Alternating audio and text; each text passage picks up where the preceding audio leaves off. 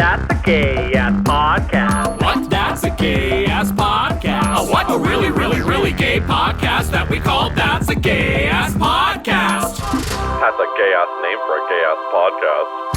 Welcome back to That's a Gay-Ass Podcast, the podcast that asks, whose fault is it that you're gay?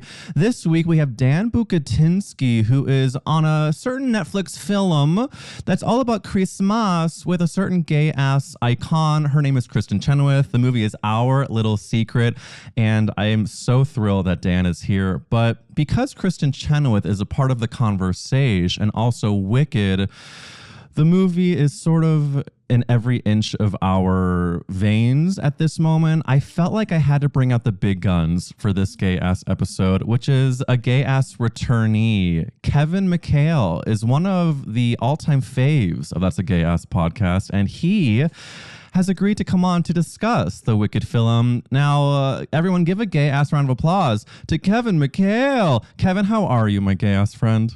Wow, I'm pretty good, gay-ass friend. How are you doing? I'm so good. I'm like truly beyond honored that you said yes to come on Gay-Ass Podcast, because you to me are a cultural savant, and also I know that you appreciate Wicked as much as I and as much as our Wicked gay-ass fans. That's the truth. Yes, Wicked is huge for you as well?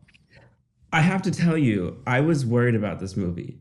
Of course, me too. That's because you care. But like, I care, but I'm also not, coming into this, I was like, I'll see it. It's fine. Like, and I've truly been radicalized. Yeah. Like, I don't know what's happened. I woke up thinking about it.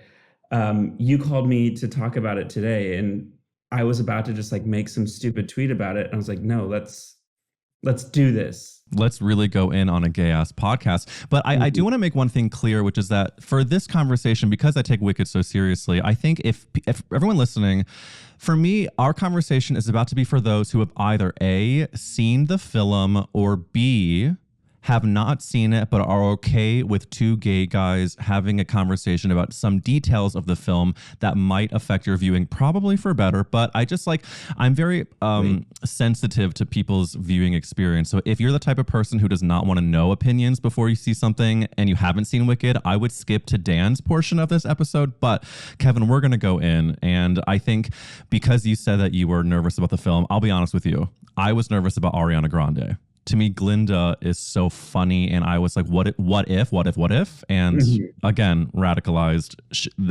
The Oscar buzz, I know it sounds insane, but I kind of am you think it's insane too. Okay, I'm kind of radicalized to being behind it. I was worried about everything, and it's not because I don't have faith in all the people involved. Right. I feel like it was a setup to fail. Yes. Like there's no way, like, how do you meet the moment? How is it possible that this thing translates? Because we've seen time and time again when things don't. It's a really hard thing to make jokes, staging, whatever it is that works in a theater work. And I didn't understand how they did it. And I remember watching John Chu in an interview about this, and he was talking about like the participation of the audience in the movie versus in an actual theater. Yeah. And it was like, oh, he fully understands this on a much deeper level than I was. I'm friends with John. I've known him since I was 17, and even I was like, it's like, is he also, gonna? So since you know him, can you explain why a straight man like John is so good at making such a gay spectacle? Like how did he do that? Because to me, there's a certain je ne sais quoi.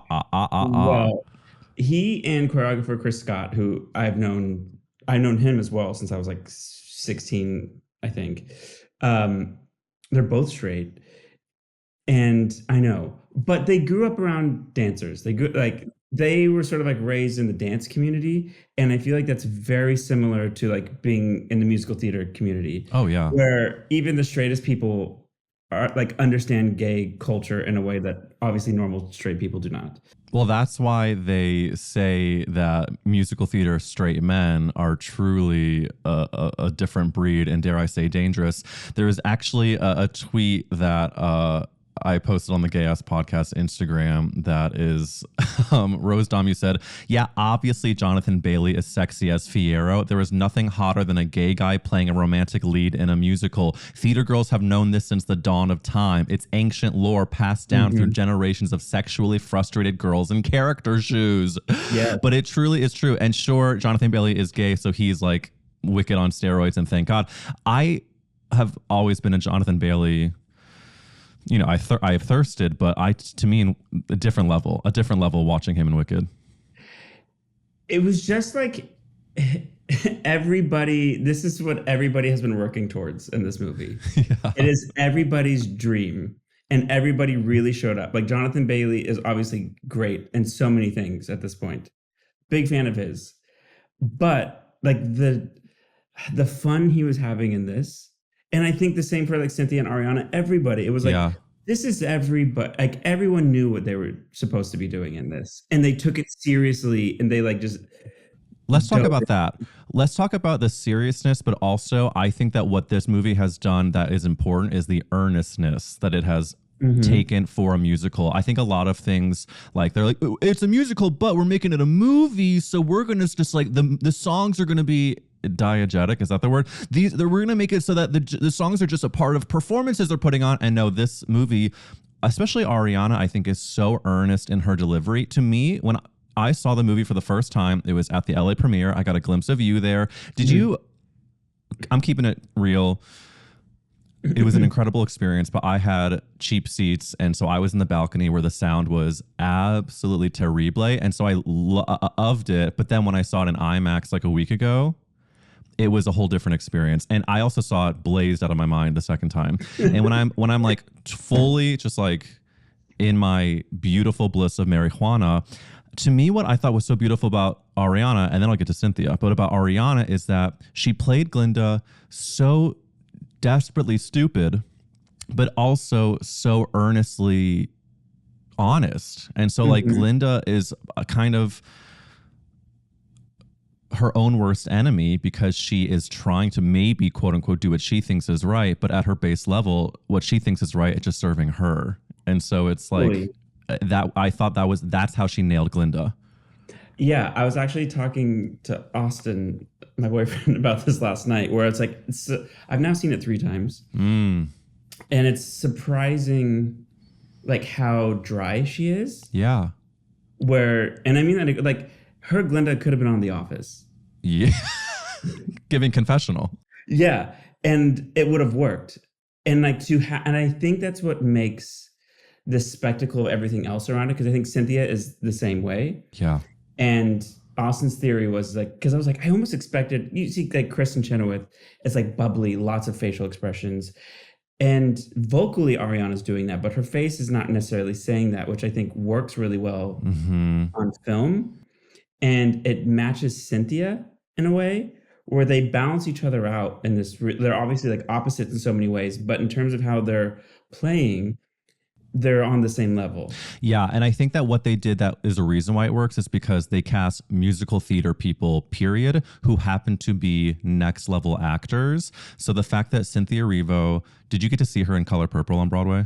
Yes, a couple times. I mean, a religious experience. And so this woman, of course, has proved that she can act her face off in anything. She's been in Academy Award-winning films, but to have that voce with that acting, she showed that Elphaba, and again, Ariana was like, surprised me with her depth of acting and how earnest she was. But Cynthia, I think, when I was blazed out of my mind, I was like, this is why fucking gay people love this fucking movie, is because she is showing that even though you're misunderstood, if you're true to yourself, you benefit in the end. And I think that it obviously goes without being said, but that's why Elphaba finally being played by a person of color as well adds this dimension. I've seen people on Twitter talk about how Marisha Wallace, this amazing musical theater performer, she is Black, and she was saying how just like watching Cynthia on the screen, I can as a gay person, I obviously know how I feel, but I can only imagine how Black people of color who are queer or not, just seeing Cynthia play someone who was so misunderstood with such a depth while also sounding like that, that's why I want to see it 25 more times. It was something that also was like, why haven't we been doing this the whole time? Oh, yeah. Where you're like, this extra layer of it. And I also think where we are in the world at the moment too, it's gives it like what can seemingly be, if you want to go into this movie and be like, it's fun, it's joyful, and it's just like an easy watch. It is all those things. Yeah. But if, like you said, you're watching this like Black queer woman play like one of the most ostracized characters. Yeah. And see how that affects her in every moment, and see how that affects her in every like scene she walks into, is like really something I hadn't really thought of beforehand. Like how that, seeing that on screen, seeing that on a gigantic screen, and being in Elva's face, and having her little spiel of like, yes, this is, you know, no, I didn't eat grass as a child, blah blah, like those things of just, it's like that's what makes this not just some like fluffy little, we're doing a musical. I think also that there was a lot of agita from people who were pissed that it was broken up into two parts. And I think that it now completely makes sense. No, I was always on board with that, because one of my big issues with musical movies, when I think they don't work, is when, or not even just musical movies, I think movies that are on a big scale, this happens with, I think, TV shows too, like fantasy and sci-fi things, where you're trying to introduce a lot of like world building and things like that. And get to know these people and their dynamics, where you don't have to, like, it was so refreshing to not have to rush through anything. And you understand how important everything is. Because there's also not a wasted moment, I don't think. I think when I first saw this movie, I was like, the pacing of that movie was excellent. Yeah. It did not feel like 2 hours and 40 minutes. Flew by, and you need everything. I don't think there's any fat at all to like trim, because even was like, oh, that musical number is a little long, or I've heard some people complain about like the animal activism. I'm like, you guys are out of your mind, because you're missing the whole point. Well, can we, so this is going to be the first moment of criticism that I wanted to say, which I'm having a million thoughts. Number one, when you said the pacing of the movie is perfect, can we talk about how they beautifully crafted the segue into every song? This is not the criticism. This is like that every single decision that they made in order to get us into a song, I was like so rock hard for. My criticism at first, when I saw it for the first time, I was a little bit feeling a type of way about the animal animation. I've seen some people on Twitter say like, oh, maybe it should have been more like puppetry, boo, boo, boo, boo, boo. This is how I feel now, and I'm curious your take. The second time I saw it, again, slight grain of salt knowing my state, but I was like, oh my God, no, it's not that the animation is bad. It's that we are watching cartoon characters and we are watching these animals are in the world of the movie, but I don't need to believe that they are perfectly realistic. I was like, they're cartoons. It's kind of like Who Framed Roger Rabbit, where we can believe that they are talking to the bear who has taken a baby out of a pussy. Yeah. And it doesn't have to look perfect. That's where I stand after the second viewing. What did you feel about the animation of the animals? I've never had any problem with them. Okay. Because I feel like if you're buying into a bear delivering a green baby within the first 10 minutes of the movie, like you're either in or you're not. That's true. And it's not like it was terrible CG. Like no. I think it was like that. Yeah, that is not, I had no problem with it. And I know some people, what was the example they used? Oh, it was Dungeons and Dragons I saw. Yeah, I saw that too. I was like, I don't think like that's real low on the priorities list for me for this. And it's not like they looked bad. And I also think these are animals who are fully functioning, contributing members of society. So like they're a little more agile. Yeah. And like they can talk and have facial expressions a little bit. But like A little bit. Well, and to your point too about some people thinking like the animal activism should have been taken out or the animal shit. The fact that I'm listening to something bad on the cast recording is another testament to how good this movie is, because every time I'm listening to the OBC skippity doo dah, I do not want to hear something bad. But Peter Dinklage, I think like people are giving him praise online too for good reason, because you know that man is just in a recording studio just saying, but he really does like give a performance. I think it was perfect casting, because also his voice is just so warm and comforting, and like you want to feel sympathetic for that character, when I think that storyline does feel like a C or D storyline in this movie, where you need every moment with him to make you see why Elphaba is like risking her entire life for this. Yeah. Like it's the conduit in which she's like, obviously it's representational of how she feels within the world and how she's treated. Yeah. But like seeing that is heartbreaking, and you need to care. And I was honestly worried the first time I saw it, overall, this being included in that is like the emotional stuff in the movie. Because I knew it would be like a spectacle and it would look great. Yeah. I wasn't sure of the emotional tone of it. And I feel like because every department on every level was just firing at 100. Yes. It worked. And I think a lot of that also is the care. And like you talked about getting into the songs. I was floored about how successful, and even like I hate when songs get broken up and you have like little added extra space or like moments of emotion or I'm like, no, let's just hear the song how it's supposed to be done. Yeah.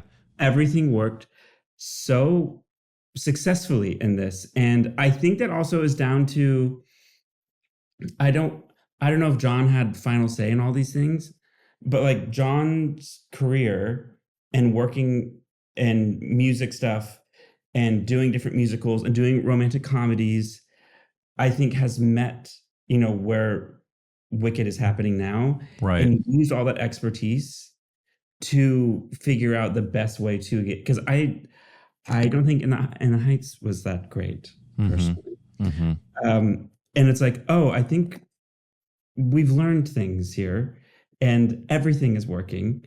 And yeah, I just think it's like to notice that. And I'm glad you said that, because nobody else has brought that up to me. But like the way they transition into songs and then having those moments like breaks in the middle of songs, all of it is paced perfectly and all of it feels so natural. And it's not like on Glee, it's not like all of a sudden press play and like it sounds different and then we're doing something. Like you can't even tell where things are pre-recorded or sung live, and the mixing is phenomenal. And I'm like, I just don't know how they did it. Well, when you talk about too how you don't like sometimes when they break songs up when they add like a little scene here and there, but like they really were so intentional, even as gay and small as this references in Defying Gravity, when Elphaba in the original show, it's just like, I'm the one you want. It's me. It's me. But in the movie, it's I'm the one you want.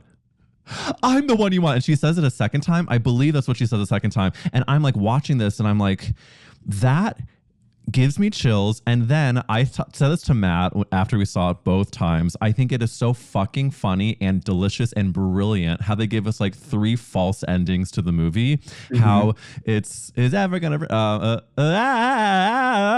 and then you hear the final note and you're like, oh, and then she's still flying and you hear down again, and then you hear it a third time down again. I'm like, that is what we need in this movie. It is all volume turned up. It is giving us 3 fucking endings of a Broadway chorus singing in a studio screaming. Oh, and they also how they change, instead of get her in Defying Gravity, it's kill her, which I didn't even notice until this third time seeing it. Yeah, because it like all of a sudden it hit me so hard. I was like, kill her. But I think that's what you need, like and also people who are experiencing the show for the first time through the movie. It's like, bitches, it's about to get dark, bitch. Like you don't even know. But also Defying Gravity, like all these big moments, again, like there's no way you don't fuck this up. Because like you have every expectation on you. There's no way you don't fuck this up. And not only did they not fuck it up, they leveled up. And I just want to watch it on loop. And like the little things of like having her cape expand at the end to like match the stage Yes, I was just gonna say that shot of her in the sky, giant black cape. You picture the lift. She and oh yeah, I'm the only one. I'm the only one. It's me. And then it's the way that they mix her singing and then while she's singing and she's flying. And thank God we have a track of her now doing like a wide shot of her flying around the sky. We have a close up of her fully just like blitzing through the air. I just, the thing though that I need to kind of check people on, especially on TikTok.biz, is there are people posting videos, me before Wicked and me after Wicked. Yeah. And I understand what's behind it. They're trying to show that they love the movie and they were emotional. But I have like my bestie saw the movie last night and she texted and she said, I did not sob like I thought I would. And I think that we're in a delicate place now. I think the movie is fine, like going to deliver on its own, but we're in a delicate place where people are posting themselves weeping after and then going in, having the expectation. I have never wept. I've certainly cried. But I don't think weeping is the like sign of Wicked having done its job. But I think some people are expecting that they come out as like an emotional shell of a human. I haven't cried once. And I still love it. Yeah. Wait, like, is that because, are you repressed or is it just because you just didn't cry? You and my therapist should talk. I don't know. I'm not sure. But I think it's because I get really... Like, I'm not necessarily, I don't know. I don't know what it is, but I'm just sort of, I'm a little critical when I watch these things. Same. And so it's hard for me sometimes, especially a musical, to like put myself more into it, I guess, than like me watching. Like this last time I went, I was literally trying to watch things that I hadn't been looking at before. Yeah. And so it was the most emotional I got though, because I think I got less critical each time I watched it. Yeah, you're just inside of the experience. Yeah, and I'm like, oh, all this makes so much more sense. I see the nuance that like Cynthia and Ariana are giving. Like, Can you, I hate to interrupt. No, please. They did such an amazing job with casting this movie, but if Kevin McHale is on a podcast with me talking about Wicked, I'm going to ask about casting. So I saw on Twitter a thread of all the people, and again, bucket of salt, all the people who auditioned for Elphaba, all the people who auditioned for Glinda, and under the listing of Bach was Kevin McHale. Can you confirm or deny if you auditioned for this movie? I did not audition for it. I think a lot of those things were fanfic. Like, I think the circle to audition for this was real tight. Oh, I'm sure.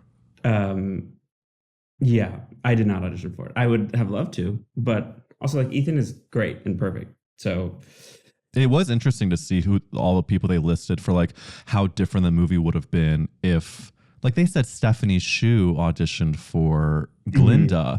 And I mean, Stephanie is truly one of the funniest people and actors. And I know that she would have been phenomenal, but like it does feel fanficky. And I think that we're in now this interesting era of the movie came out, all of like 72 hours ago. And we're already like having so many conversations. I don't know if people like get those ideas or like where they quote unquote research it. But no, I know I didn't.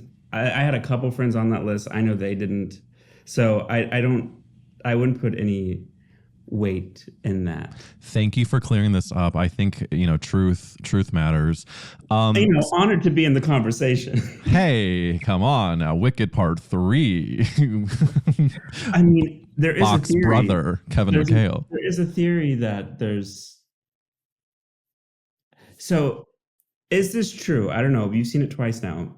Like an Easter egg that in the opening shot, I believe, when you see Dorothy and all of them on the yellow brick road, there's somebody on a horse in that shot. There is? I don't know.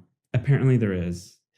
And so when I went this third time, randomly John Chu and Chris Scott, the choreographer, happened to be at the exact same screening. Oh, I saw the picture of the three of you. Yeah, and I was like, what the hell? And so then Austin's the one who brought up this theory to me. I was like, I'll go ask Chris. And then as I was doing it, John was getting mobbed by like fans, and I was like, you got to go be in a picture. I'm not going to bother you with this. I'll text you later. Oh, fuck. So I might text them about it. at some point, but please report back. I mean, you're the closest I have. You are a primary source, and we'll see. I don't know if he would tell me, but well, yeah, I'm sure that would be very under wraps. I mean, speaking of under wraps, and then we're gonna have to wrap this up soon. But I call the cameos in the movie in One Short Day. I thought was a hilarious. Like I understood what they were going for. I think I'm gonna have to watch the movie 12 times to fully understand what that number is saying. I know it's like the origin story of the Oz and the Grimrine 222, but Adina going, thank God for that. I call also One Short Day Bring Your Creative Team to Work Day because it's just Winnie Holtzman. Oh my God, that means he can read the Grimrine. I'm like, it's like, I don't know if you know Hannah Solo of Oh Mary fame, but Hannah Solo should be doing a spinoff. Wicked Part 3 should be Winnie Holtzman as performed by Hannah Solo, and then Steven Schwartz, The Wizard Will See You Now. I just thought like loved what they did in One Short Day, but it was so funny. But everybody in it. But I honestly, I think my only note actually is I love the Kristin and Adina cameo. I wish it was a little shorter. Oh yeah, I wish they didn't really interact with the girls. It's a little distracting. Well, that's why I think that's the only number that you're kind of like, you know, that meme that's like, oh no, it's from Drag Race. I don't know what she's saying, but honey, I was living. Yes. To me, that's what One Short Day is. I'm like, sure, we've got Kristin and Adina giving a little bit of a best frenemy situation. I mean, they look great. They sound great. I was like fully out of my mind. Like, I love it. But then when they're like interacting with it, I'm just like, oh, I feel like now we've crossed the line. Yeah. It feels a bit like a bottle episode if you were watching a TV show. Totally. Like it's kind of outside of the rest of it. But again, honey, I'm living. And then next thing you know, you're hearing who's the mage. Kevin, I can't take any more of your time. So before we say goodbye, do you have any final thoughts about the Wicked film that you would like to get off your chest? I just can't stop thinking about it. And I don't know why.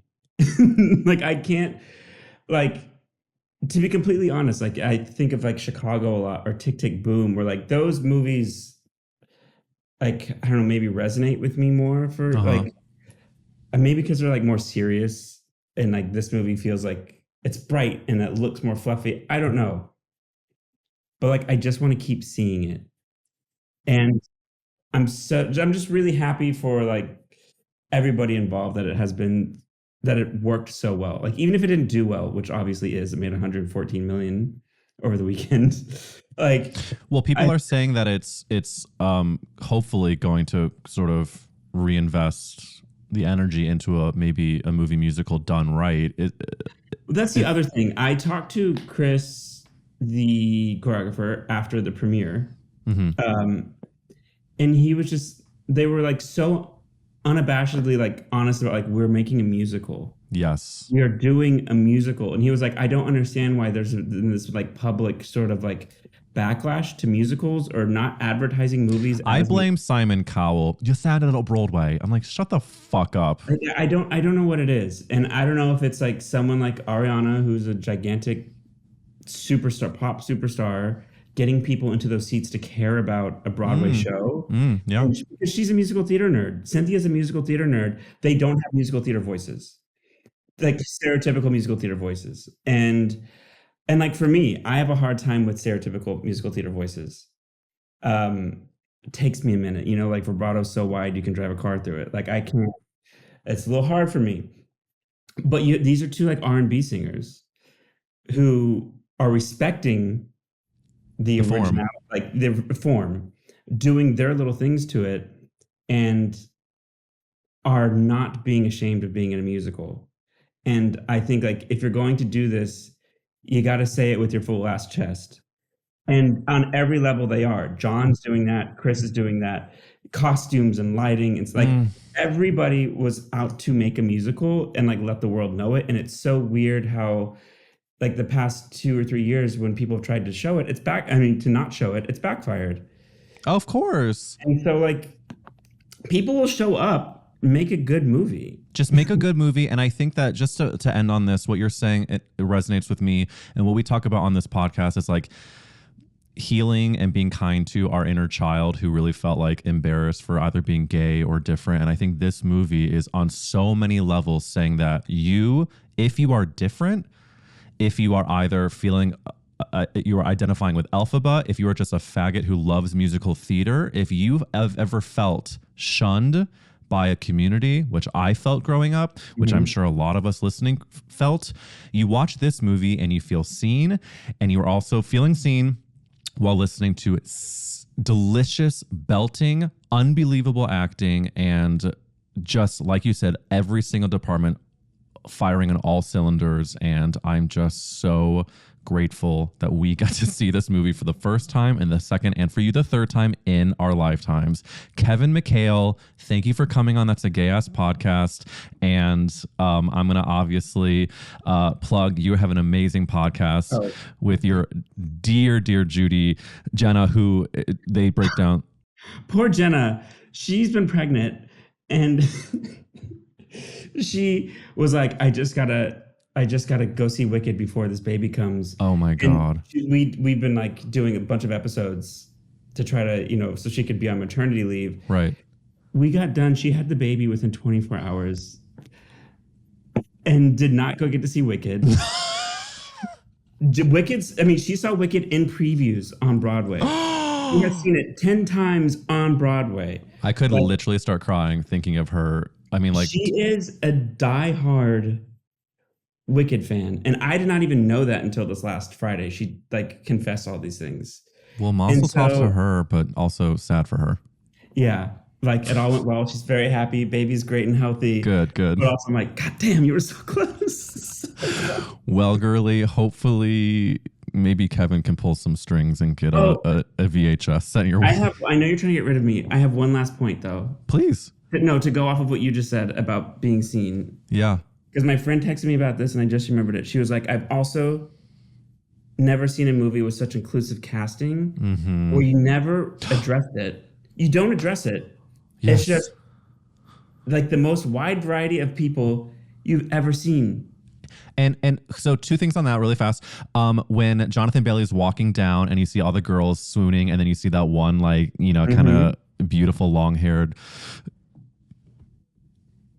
gay or bi or they them king queen, I'm just like, that's inclusivity. And also just speaking of casting as a general, I think Bowen Yang, who is a dear friend of the pod, and I watching him do choreography again, I felt like I was the gay boy doing choreo with him.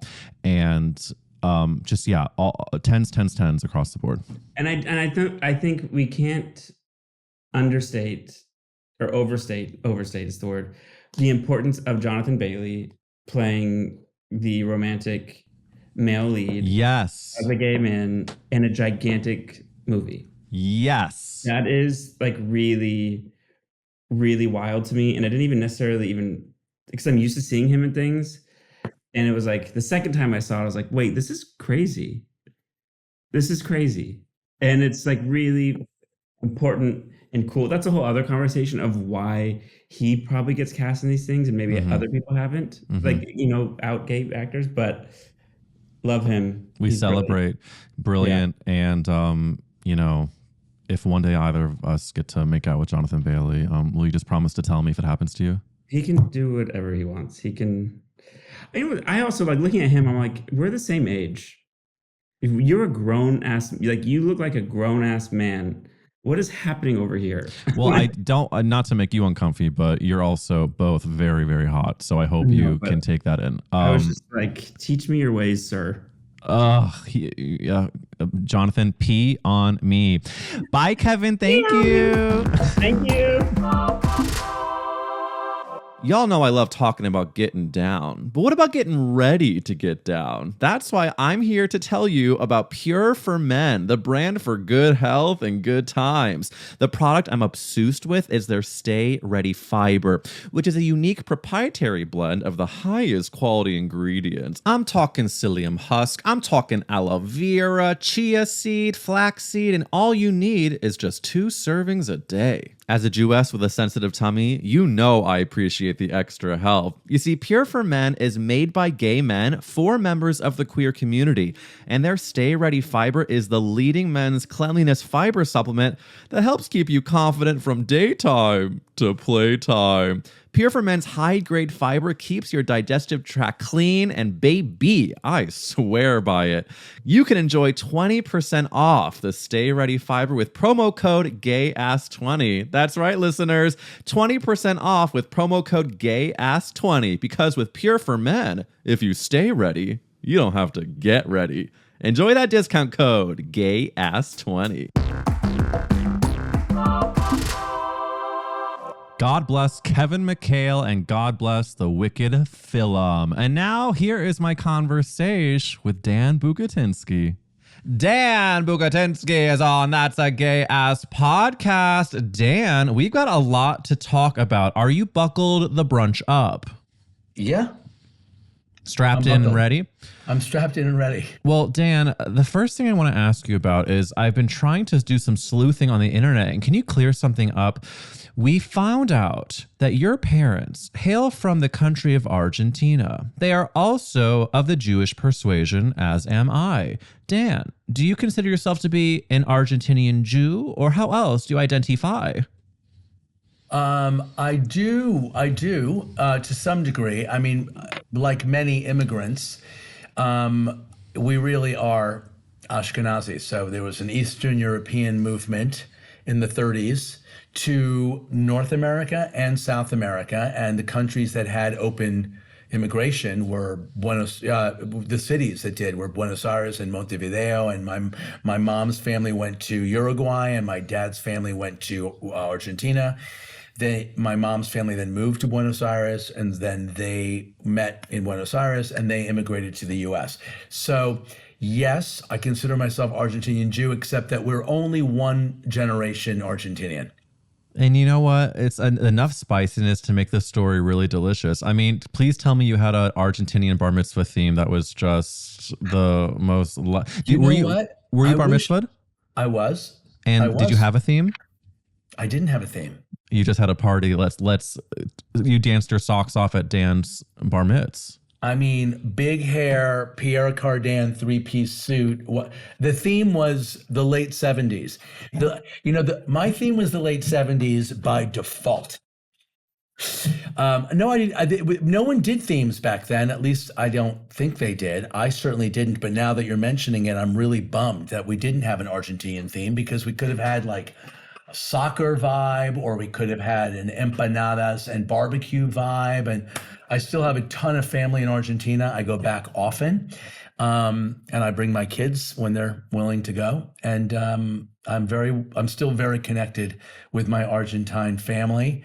And every time I'm in Buenos Aires, I'm flooded with memories, and it's hard to explain. It's just a feeling. It's a feeling that I can only describe because I was a very, very small child in Buenos Aires, and so it's like a visceral thing. Yeah.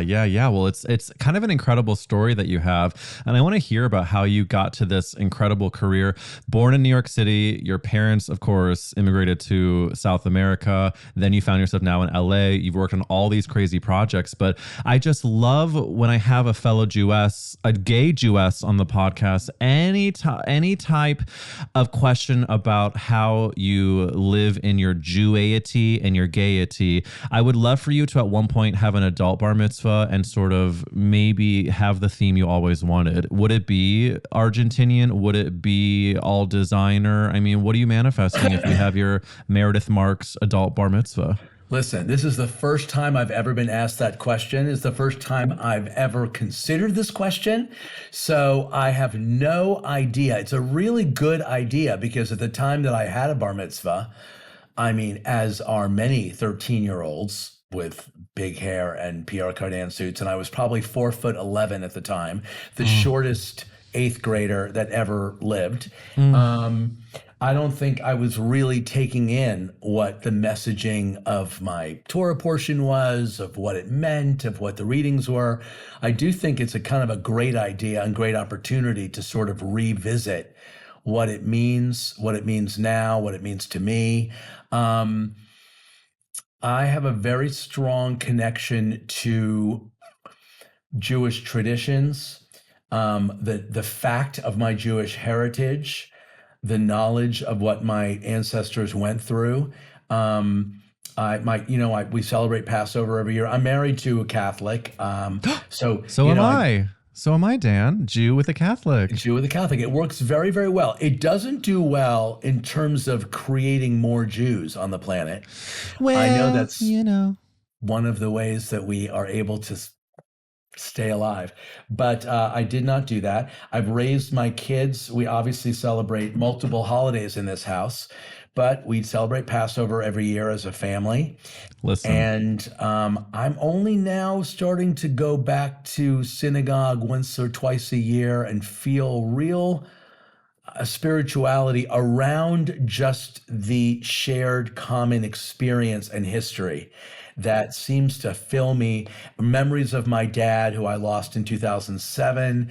As I get older, I'm really connecting to these sort of visceral feelings more than the conscious ideas. And I didn't expect that. I noticed in the last couple of years how many things are starting to be important to me and not being able to put words to them. I just know that they resonate. I myself am not very religious as a Jewish person, but I have that same depth of feeling with the traditions. And my Catholic husband, I'm not joking, I'm not buttering your biscuit. He is making a challah as we speak. We are recording this on a Friday. We are having a gay Shabbat this evening. We've got Jewish gays coming over, and especially with what's going on. How come you've never, I don't remember. Let me just check my inbox, but I don't see any invitations to a gay. I don't know. Remember, you've been using Outlook and it's been glitchy lately. So just, make sure you re-download Chrome, and you'll be able to see my email. No, but Dan, if you ever want to come to a gay Shabbat, you're invited yesterday. I swear to G-D, it would be an honor to have a gay Shabbat with Dan Bucatinsky. The tricky thing is I also have celiac disease, which happened the year that my dad died, and so I'm gluten-free. So I'm also always on the hunt for a good gluten-free challah, which I have found. I found because of Modern Bread and Bagel, which has now has come from the East Coast to the West Coast, which is shout out. Great. That's my little shout out. If it makes you feel better, we're also having dairy-free and vegetarian people over for tonight's gay Shabbat. So we love living in LA. We have grown to embrace any food restrictions, and kind of it's our gay hurdle of how can we cook delicious, gorgeous plates that won't make you shit our West Elm couch. That being said, though, I do need to get into Dan Bucatinsky, the actual famous gay-ass podcast question, which is, whose fault is it that you're gay? Who do we blame, babe? Maybe G.I. Joe. Oh, G.I. Joe. We have not had a good hunky superhero toy sitch or series in a while. Tell me, give me the snapshot of the age you're seeing G.I. Joe and what was really doing it for you. I was really, I just, these are very, very early memories, but I mean, talk about knowing that you're gay from birth. I remember having these dolls that were named Action Jackson and G.I. Joe. And my sister's Ken dolls, kind of, except the Ken dolls, they really planed down. But I will say the G.I. Joes and the Action Jacksons seem to have enough of a package that allowed me at whatever age, 5, 6, 7, I mean, I don't know, to sort of go, well, you and I need to be friends. Yeah. And I'd put the two together. Like, I have a memory of having a very homoerotic feelings again that resonated. They weren't conscious, but they resonated. So I don't know whether Action Jackson and G.I. Joe deliberately made me gay or were trying to bring me into their threesome, which I was readily, I guess, happy to oblige at that young age. I can't say that it wasn't also Barbara Eden in I Dream of Jeannie and her lovely and her relationship with her master, who I also found kind of hunky and cute. Oh. But I definitely have very, very early memories that. Let me tell you why I love these answers, because you have partly the like homoeroticism of like why am I feeling these feelings at 4 years old, and then the pop culture reference of course I Dream of Jeannie. But I think the listeners probably are going to expect that the most important question I'm going to ask you was Action Jackson a top or a bottom? At the time, I was really too young to understand that kind of physics.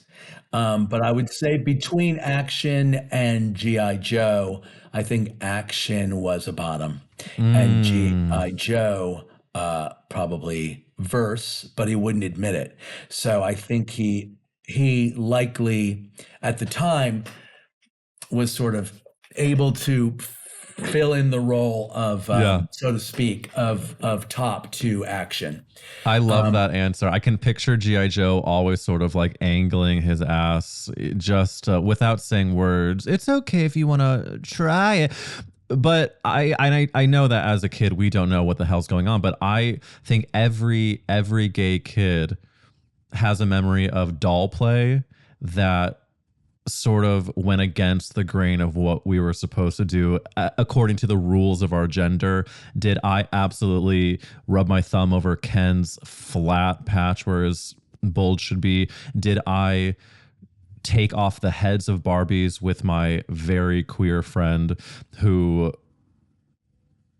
would put monster heads on? Basically, this friend was like, they were very much lesbianic tomboy, as they say, and I'm the like queenie boy, so like we together were just demolishing these toys for different reasons. But I think it's relatable. What an interesting animated series that would create. I mean, really oh my God, you're right. The fun adventures of you as the 7-year-old that you were and your friend. Yeah, you're always creating, always producing. And I'm always thinking of shows that will never sell. Always. Hey. We're going to get into the comeback of it all because we must. It is a part of gay canon culture. But before we get into the importance of you creating the comeback with Lisa Kudrow and Michael Patrick King and working on it for all of these years, can you just quickly answer the mystery that I also found in my research? Why does it say on your IMDb that you appear in The Real Housewives of Orange County this season? Is this truth? Well, I'm insulted that you didn't see it. You're clearly not watching you're not watching this season. I mean, I clearly am not, because can you paint the picture of what was the scene and just give us the origin story? Because I know I've heard you on Bravo podcast. And by the way, Dan, I am so into what you represent as an actor, as a producer, as a creator. But the fact that you also have a Bravo connection is so, I love your versatility, if you will. So tell me the OC pitch. How did this happen? The OC, well, I have several connections to the Housewives, but just to give it to you very quickly, I went to high school with Heather, at the time, Heather Page Kent, who became Heather Dubrow. So Heather and I were friends in high school. I'm a couple years older than Heather. She would like to say more because it's more accurate. Sure. I like to say less because it's more flattering to me. Sure. But yes, I was graduating the year that she came in and we were in a couple of shows together. And then we lost touch for years and years and years and years. And then we reconnected when she was in Hollywood, and so was I. And she was doing a Jenny McCarthy pilot, and I appeared in that pilot. We connected around that. And then we sort of disappeared from each other's lives as we went on to get married and have children, her on her side, me on my side. And then years later, we reconnected again because as as it turns out, she was a very big supporter. I think even before her kids, maybe when her kids were really, really young, but she was she and Terry were very, very supportive of a cause of mine, Family Equality, which is an incredible nonprofit organization that's helping to fight so much, and now even more so, legislation that is curbing the freedoms of gay marriage and the trans rights and adoption rights. I got political, let's move on. But Heather and her husband have been very, very supportive of family equality. Cut to 10 years later, and they have been for a decade. They now have 4 kids, 3 of whom identify as LGBTQ+, and they've doubled down in a huge way on their support and advocacy for family equality, to the tune of this year creating a line of amazing champagne. No surprise, Heather. The Jewel collection that was put out by Equality Vines. I'm giving them a huge shout out because 100% of all the proceeds of buying those gorgeous bottles of champagne in different varieties goes to family equality. Amazing. And so when she was launching that collab, as they call them, she was going up to Sonoma with the girls, all filmed on Bravo's this season of Orange County. 2 episodes up in Sonoma with lots of drama, lots of OC fabulousness. But in the midst of that was the presentation of and the announcement of this collaboration of this fabulous champagne and the collaboration with Family Equality. And I went up there to support her, to introduce her. My introduction was beautiful and heartfelt, but did not appear in the episode. But I did appear in the episode as a friend of hers who was there to support the cause. And then subsequent to that, last couple of weeks ago, I was on Watch What Happens Live with Andy Cohen, who I've known for years and years and years. And I've been on the show before, but this was the first time I got to go on with Heather. And so we've remained friends and now later in life and share a lot of our parenting, both joys and angsts together. Yeah. And it's been a nice reunion. And that is my segue to quickly asking about the comeback. I just have to the fact that that show first season was 2005 and then there was 9 years between the first and the second season. That to me is an unbelievable arc. And of course, the cult following that has come from it. The fact that my husband and I still say, well, I got it. I mean, it's a testament to the show. And I just want to know your origin story of you working with Lisa Kudrow, who is another person that us gays can thank for so much of what she has given us. So how did you and Lisa... That's why I brought her with us. Oh, Valerie Cherish herself, live and living color. I mean, how is my lighting so bad with the amount of sun? Here she is. There she is. She looks gorgeous. When we came out with the second season, we HBO made these little standing dolls that we sent out to influencers across the country, and they had I got it. We had Lisa's voice that when you'd walk by it, it would talk. It was a very clever piece of merchandising, by the way. And the voice has gone away, but the model stays. And the spirit lives on. Let me just try to do this quickly. My husband made a movie many years ago called The Opposite of Sex, which is fantastic. If no one's ever seen it, it's one of the best written. I have one of the best written screenplays ever. And Lisa was in it, and she was in the height of Friends at the time. We had never met before. Turns out we went to college together, but we didn't know each other in college, and so we became friends on the set of my husband's movie. And then she wound up doing a cameo in a gay film that I made in 2000 called All Over the Guy, which is now available again, thank God. Google it, because it's a fun old throwback. But Lisa and I, subsequent to that, started a company together. We called Is There Isn't Entertainment, and we were producing partners for 17 years. And only until a few years ago. And we made shows. We made pilots for Warner Brothers, and we made The Comeback as part of our company. Lisa collaborated with Michael Patrick King, but we were producing partners at that time, and so my involvement in The Comeback was really part of what began as a friendship and then a producing partnership with Lisa that lasted many, many years, including Who Do You Think You Are, is a documentary series that we're very, very proud of. And a game show which is on every single day called 25 Words or Less. Sixth season is on every single day now and will be airing until next year. But so that's the answer. That's a long answer, but Lisa and I are still dear, dear friends. She seems to be, in all of her interviews and on all of her shows, just someone who is so not only brilliant, but just is able to tap into like what we love in pop culture, but especially for queer people. I feel like her Phoebe and her Valerie Cherish and of course, working on web therapy and she has such like a quirky energy that speaks. I mean, do you consider her to be a character actress? That is a question that I must ask. Yeah, I think she is too.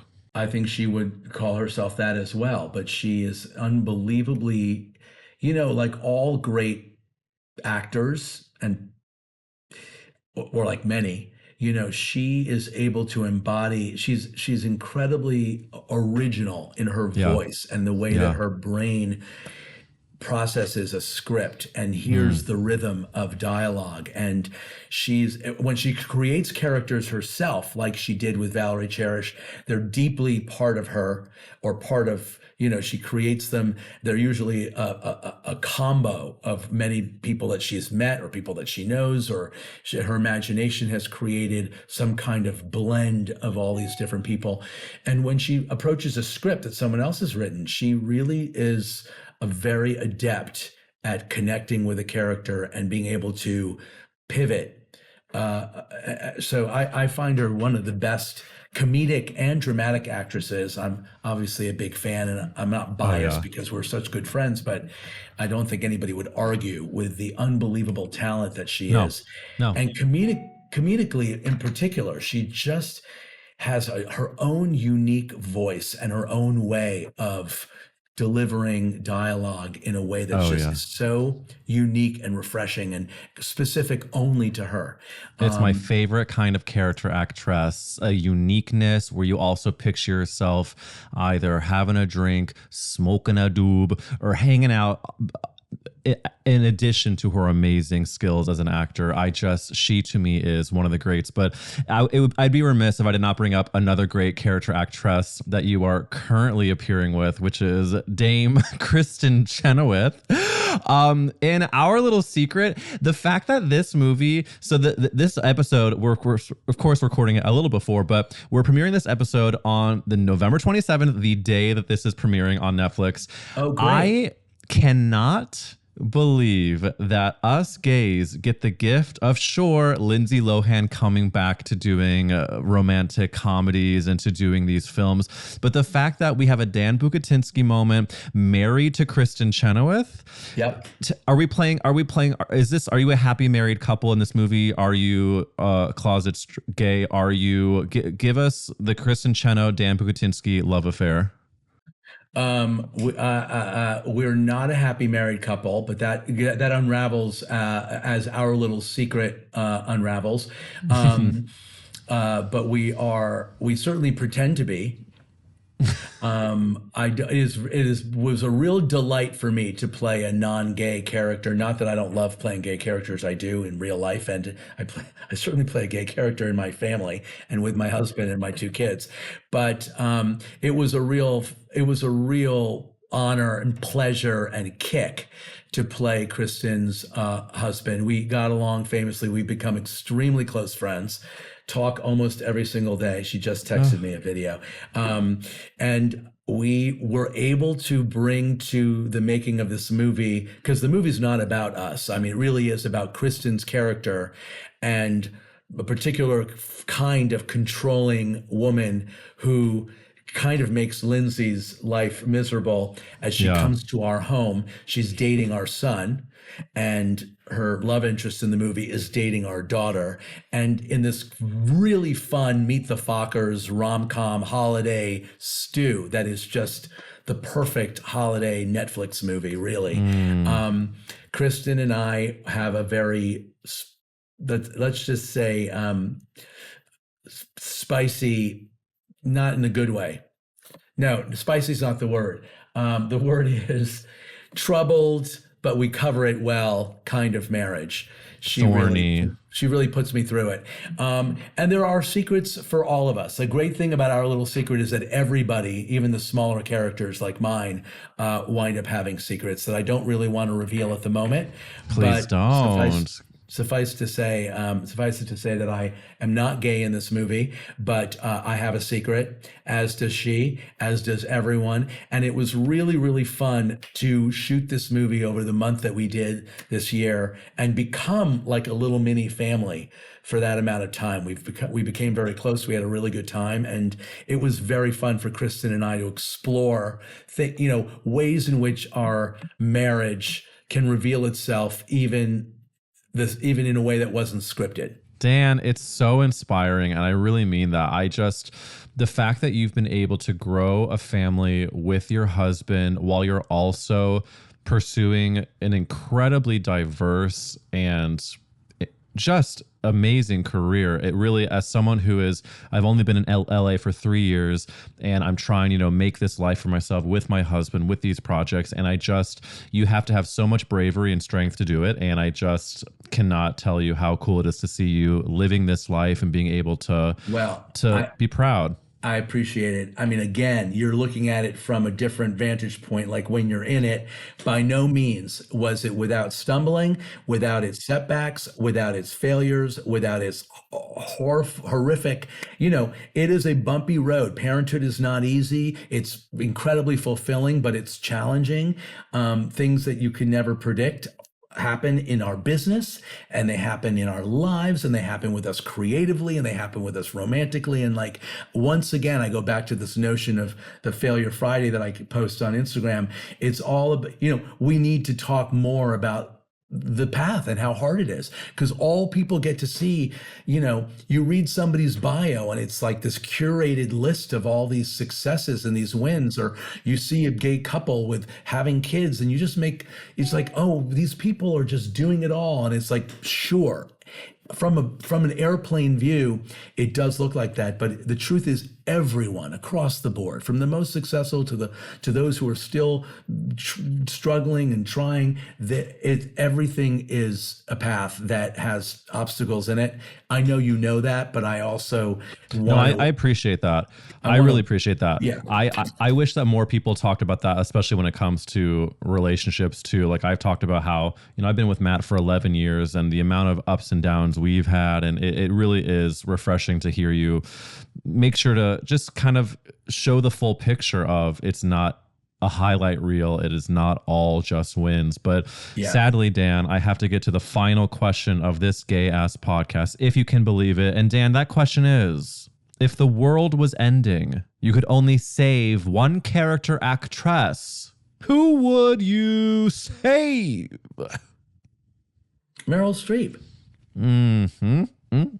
Finger licking good, Dan. Meryl Streep is a delicious answer. If you could only watch one Meryl movie this weekend, I won't make it for the rest of your life, just this weekend, what's the Meryl movie you're watching? Postcards from the Edge. Oh, and another delicious finger looking good. Seen it a million times, but if I only have one, I have to watch that one.